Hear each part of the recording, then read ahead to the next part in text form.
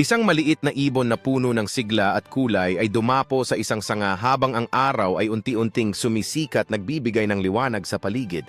Habang ang ibon ay naglalakbay sa hangin, lumilipad ito ng masigla sa ibabaw ng isang kumikislap na ilog nagsasalamin ng asul na kalangitan at mga ulap. Nakilala ng ibon ang isa pang ibon sabik na nag-uusap at nagtatawanan habang sila'y naglalaro sa hangin sa gitna ng mga berdeng dahon. Habang ang araw ay unti-unting lumulubog, nagdapo ang mga ibon sa isang sanga sabay na nanonood ng magandang tanawin sa hinaharap.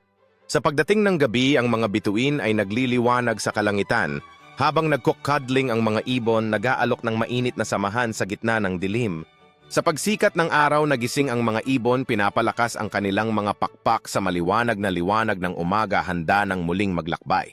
Habang nag-iikot sa isang masiglang parang, ang mga ibon ay naglalaro sa mga bulaklak, sinasamyo ang matamis na amoy ng kalikasan.